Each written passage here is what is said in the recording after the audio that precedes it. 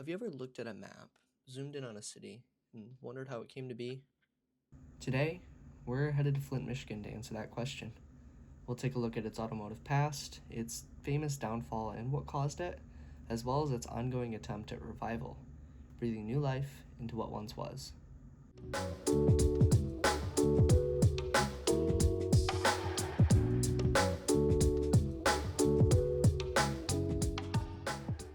In doing research for this video, I've found that in order to understand the city of Flint, as well as its recent challenges, you really have to understand its rise.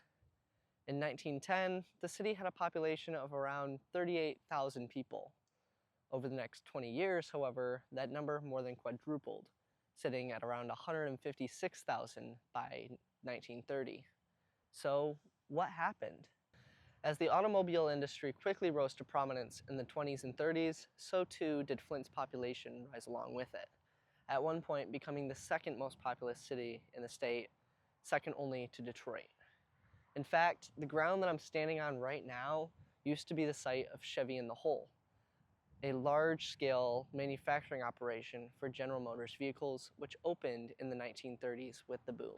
Now, when Chevy in the Hole opened, General Motors had a problem. They needed more employees at their newest major-scale production center. The fix? Ayo, Dan, wouldn't it have just made sense to build more homes? That's exactly what they did.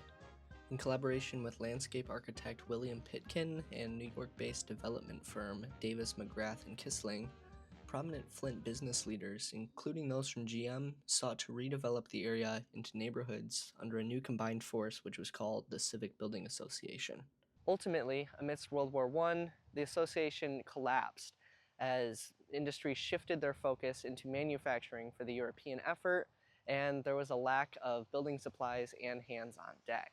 Following the war, however, GM founded the Modern Housing Corporation, which provided incentives to its employees to settle in the area, and by the end of the 5-month initial period, there were around 600 homes in the area. As of today, there are around 1,000 homes, all of which show some sign of the past. Throughout the 30s and up until the early 60s, Flint continued to grow as an automotive manufacturing hub, accompanied by business leadership and strong planned neighborhoods. In the later 60s, however, the city began to show signs of divestment as companies moved manufacturing to cities closer to the United States' growing commerce hubs. This, as one would anticipate, led to a crawl of depopulation in the city, reduced from around 197,000 in 1960 to just 125,000 by the turn of the century in 2000, a staggering loss of 36.5%. By the late 90s and early 2000s, production had slowed down drastically as American automakers such as GM moved their production to newer, more modern sites. And in 2004, the final building was demolished. A decade later, a new idea came to light. As the city looked towards the future, it became clear that something needed to become of this now vacant lot. Something that wouldn't break the bank, but would also improve the quality of life. In the summer of 2018, after 4 years of development and millions in grants aimed to clean up and redevelop the site, Chevy Commons Park opened to the public. Better yet for the city, in 2021, it was announced that Chevy Commons would be transformed into the first ever state park in Genesee County.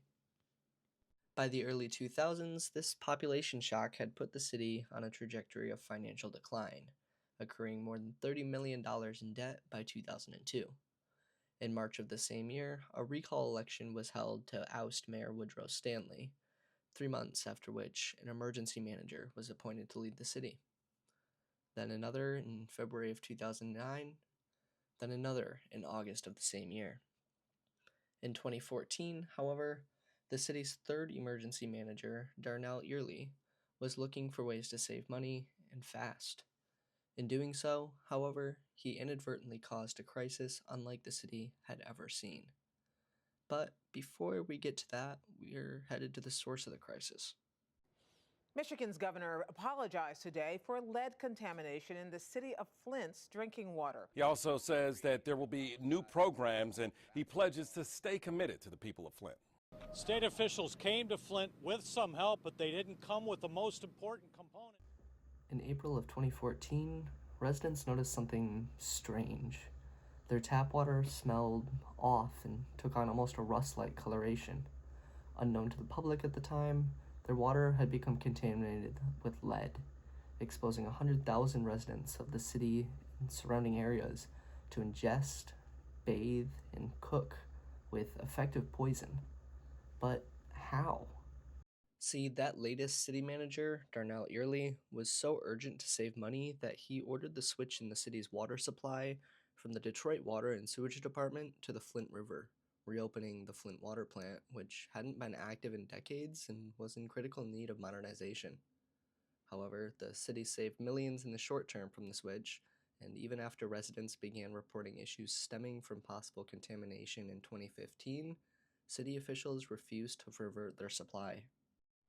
Which was especially insane, by the way, because when the EPA found lead levels 7 times above their 15 parts per billion limit, and the city council voted to force reconnection, the city's newest city manager, yes, another one, a man named Jerry Ambrose, overruled the vote. In 2015, after over a year of lead exposure, state officials finally acknowledged the emergency situation. On October 15th, then Governor Rick Snyder signed into law a bill allocating $9.3 million to switch back to Detroit's water, which happened the very next day. 3 months later, in January of 2016, after almost 2 years of lead exposure, a state of emergency was declared in Genesee County. For the next 9 years, up until May of 2025, Flint's water distribution center, its lead inner coatings now peeling off due to their age, is replaced almost entirely with state and federal assistance along the way. During this time, as seen earlier with the example of Chevy Commons Park, the city has started on a path to reshape its image. While crime is still high, consistently ranked as one of the most dangerous cities in the country, the city's urban core has shown signs of regrowth. With new leadership came new state and federal assistance to rebrand the city as an up-and-coming once again, this time with a resume of history.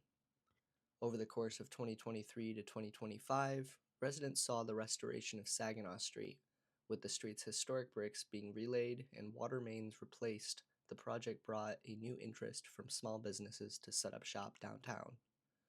In 2014, the Flint Farmers Market returned to the city's downtown, returning a breath of fresh air and fresh local food to the local population. Those weren't overnight fixes, though. They were signs that Flint's heartbeat had never truly stopped.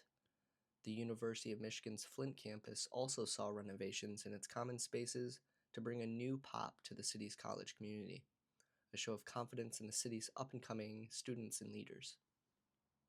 Today, much like its fellow Michigan city in Detroit, Flint is beginning a new chapter that's waiting to be told.